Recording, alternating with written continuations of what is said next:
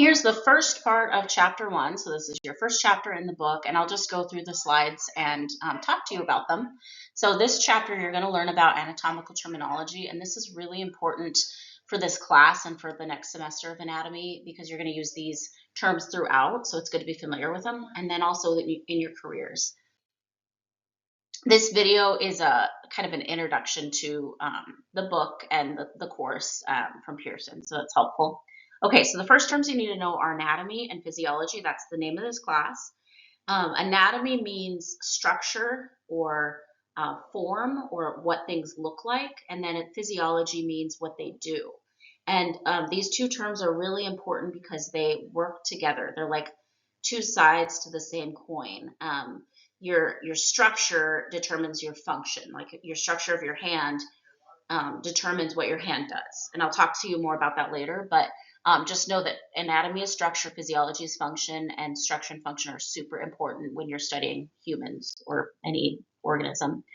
There's a few levels of anatomy. So you can look at the gross, macroscopic. Gross doesn't mean like gross, but it means the larger view of anatomy. And so you're looking at structures as a whole. You're looking at like organ level structures.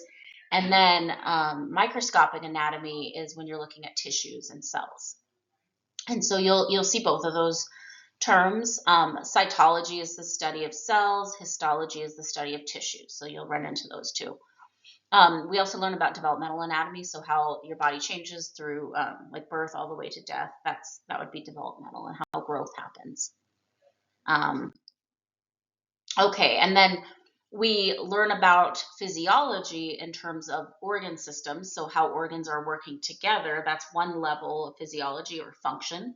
And then you also can look at physiology in terms of the cellular and molecular level, so zooming into like the micro level and what the cells are doing and how they're interacting. So those are different ways that we can study physiology. Anatomy and physiology always go together. You can look at them separately, but they always connect because structure always affects function and function always affects structure. If you have the wrong structure, like if your hand is structured differently, you're not going to be able to do that normal function. So those are tied really closely together. That's known as the principle of complementarity of structure and function. So here's a good example. Your teeth are structured the way they are to do different jobs. Your front teeth, your incisors are structured to like rip and tear, and then your molars are structured to grind. Their structure determines their function. And then if you get a chipped tooth or you lose a tooth, then you can't do whatever function you have because the structure's wrong. Okay, now let's get into structural organization. So these are the different levels that the human body is organized, or any organism. You start with a chemical level. You've probably learned this. I teach this like 10th grade, and they've learned it before that. So chemical level is atoms, molecules, and organelles, and then the cellular level is one single cell, and you're looking at organelles within the cell. The tissue level is many cells doing the same job with the same types of cells. Organ level is tissues working together to do a job, but they're different tissues. And then organ system is many organs working together, and organismal is the whole organism with many organ systems. So here's a picture of that going from small to large. And if you have an issue with the function at any of these levels, you're going to have a problem with the, I don't know what I said. If you have a problem with the structure at any level, you're going to have trouble with the function. So those go hand in hand at any of these levels. And I'm talking about structure and function a lot because your final paper is going to focus on structure and function. Okay, so I'm going to click through these. Section 3 is on what requirements you need to stay alive. So these are the things that all living things must do. And if you're not able to do one of these, you're probably not able to stay alive. So maintaining boundaries, movement, responsiveness, digestion, metabolism, excretion, reproduction, and growth. And you hopefully know what all of those mean. The ones that you might not know are like metabolism, that's all the chemical reactions in your body. It doesn't just mean your, what we think of metabolism, like if you have a fast or slow metabolism and how fast you digest food, that's digestion. Metabolism is all the other chemical reactions in your body, and then excretion is like urination, sweating. I can't think of a better word than pooping is digestion. So those are the different processes that you have to do. The one that's like kind of optional. I can't go back, but the one that's optional is reproduction. Of course, you don't have to do that to stay alive. So here's maintaining boundaries. You have to stay separate from your environment. So your skin does that. If you get like a serious burn or you rip up your skin, you're compromising that boundary between you and the environment, and that's bad news. And then your cells also have a boundary between them and the rest of the world. And then movement, you're able to move your muscles, so you can move your body parts, but you can also move stuff within your body. So you're moving blood around, you're moving food around, you're moving fluids around and urinating. So that's what movement is. Responsiveness is you're able to interact with the environment and respond to it. And that's obviously really important. So that definitely keeps us alive. Digestion is breaking down food and defecating, that's the word.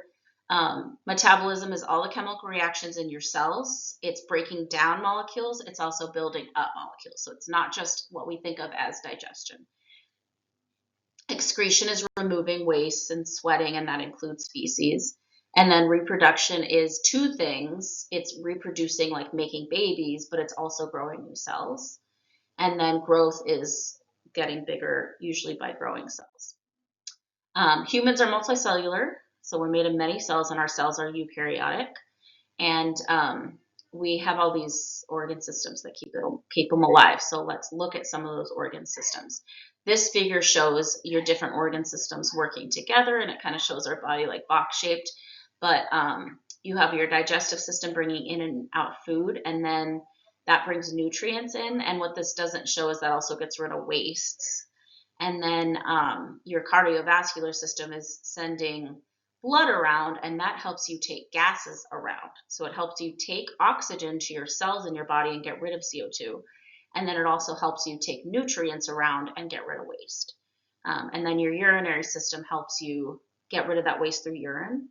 And your respiratory system helps you exchange that oxygen for CO2. So one of the body systems is integumentary, and that's your skin, hair, and nails. So we'll learn about that. The next one is, oh, did I skip one? I think I skipped one, sorry. Muscular system is your muscles. They not only move your body, they move stuff around your body because they're included in blood vessels. They move your blood, they move your urine, they move food, and they also produce heat. They keep us warm. I'm going to use the arrow button so I don't skip anything. Nervous system is your brain and nerves and spinal cord, and you have nerves all throughout your body, but also they're concentrated in your brain and spinal cord. And then your endocrine system deals with your hormones. So you have different hormones all over your body, and they control different body functions using chemicals, and they send those chemicals through the blood. Your endocrine system also works with your nervous system. Your cardiovascular system is your heart, and then all your blood vessels, and that gets blood around and transports those gases and nutrients. And then your lymphatic system is your lymph nodes. If you've ever been sick and have like a swollen lymph node, that's your lymphatic system. And it helps clean the fluids in your body. So it works really closely with your cardiovascular system.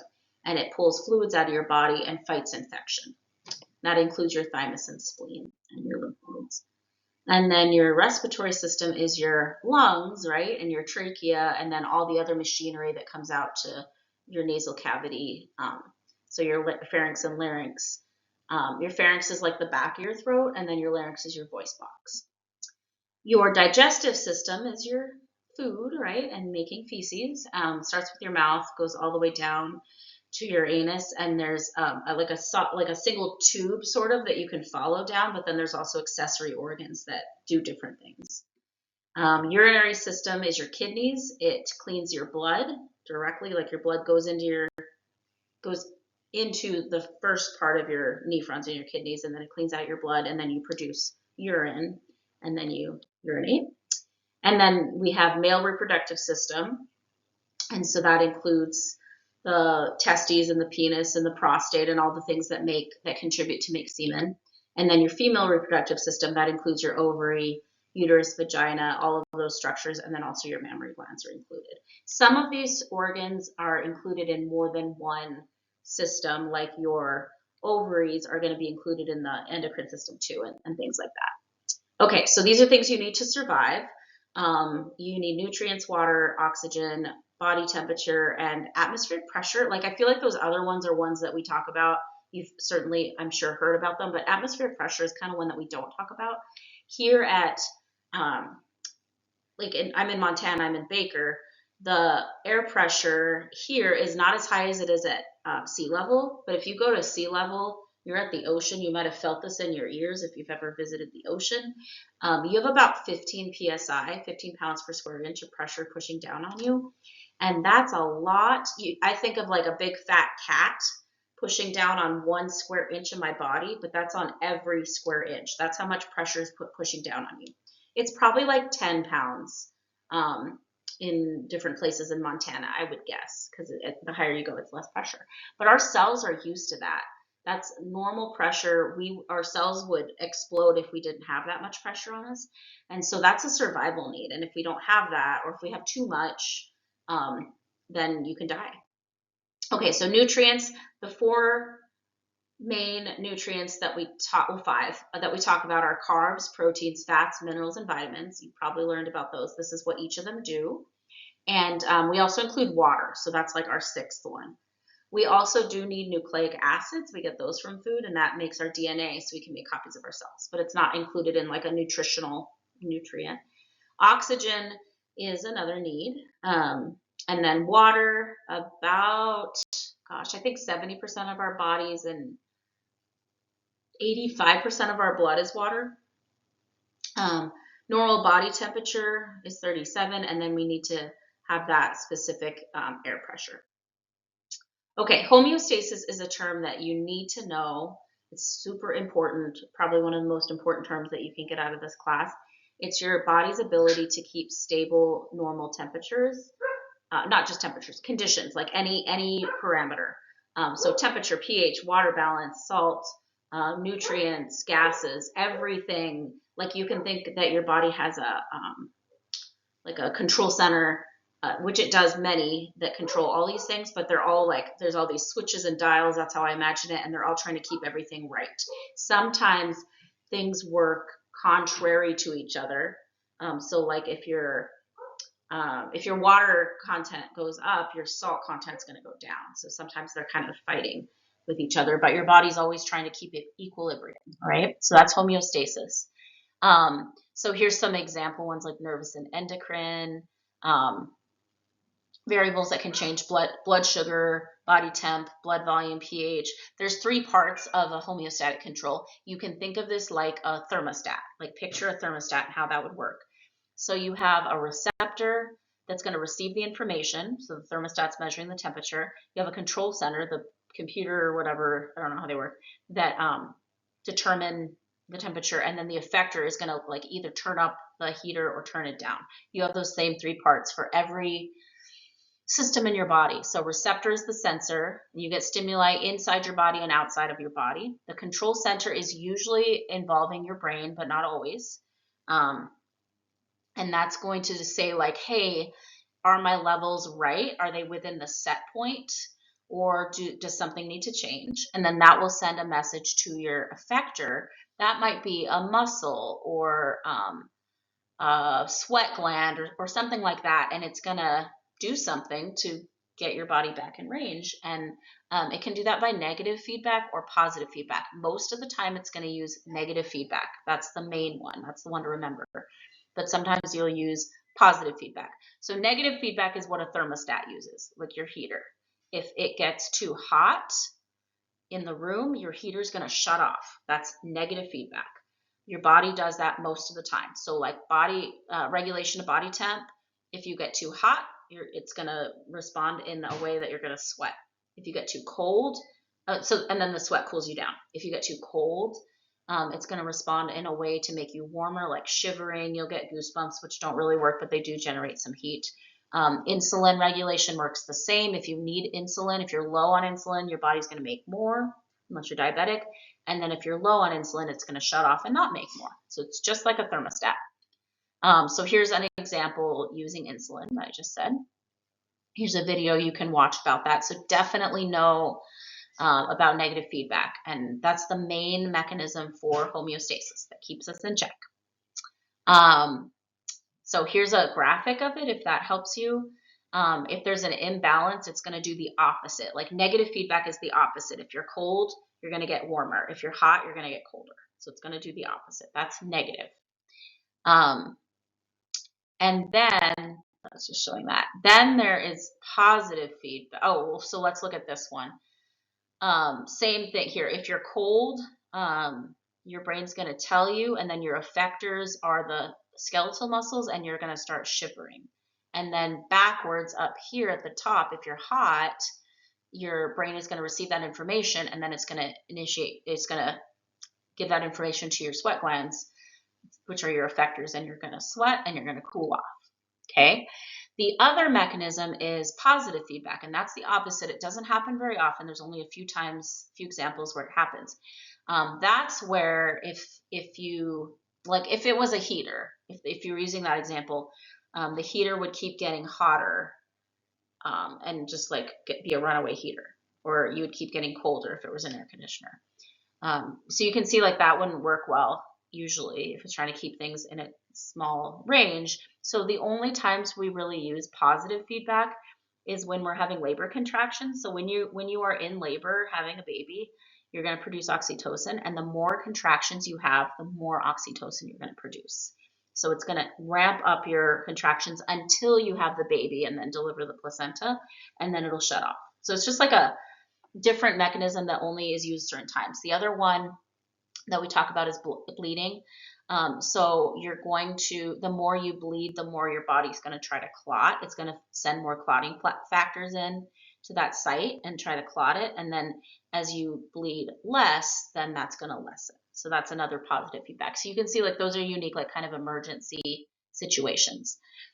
So here's your positive feedback loop with your clotting, and it's going to keep going unless you stop bleeding. Okay, so that's that. When you are sick or injured, or when you get older, that's when your homeostasis starts to get messed up. So this is really important in the medical field. You're always trying to maintain homeostasis in your patients. And if that is disrupted, then you're trying to get them back to homeostasis. If the negative feedback mechanism doesn't work, then you're going to go into positive feedback, and that can result in like heart failure. Your body's going to try something else to fix it. Okay, and that's the end of that. So we'll go on to the next part.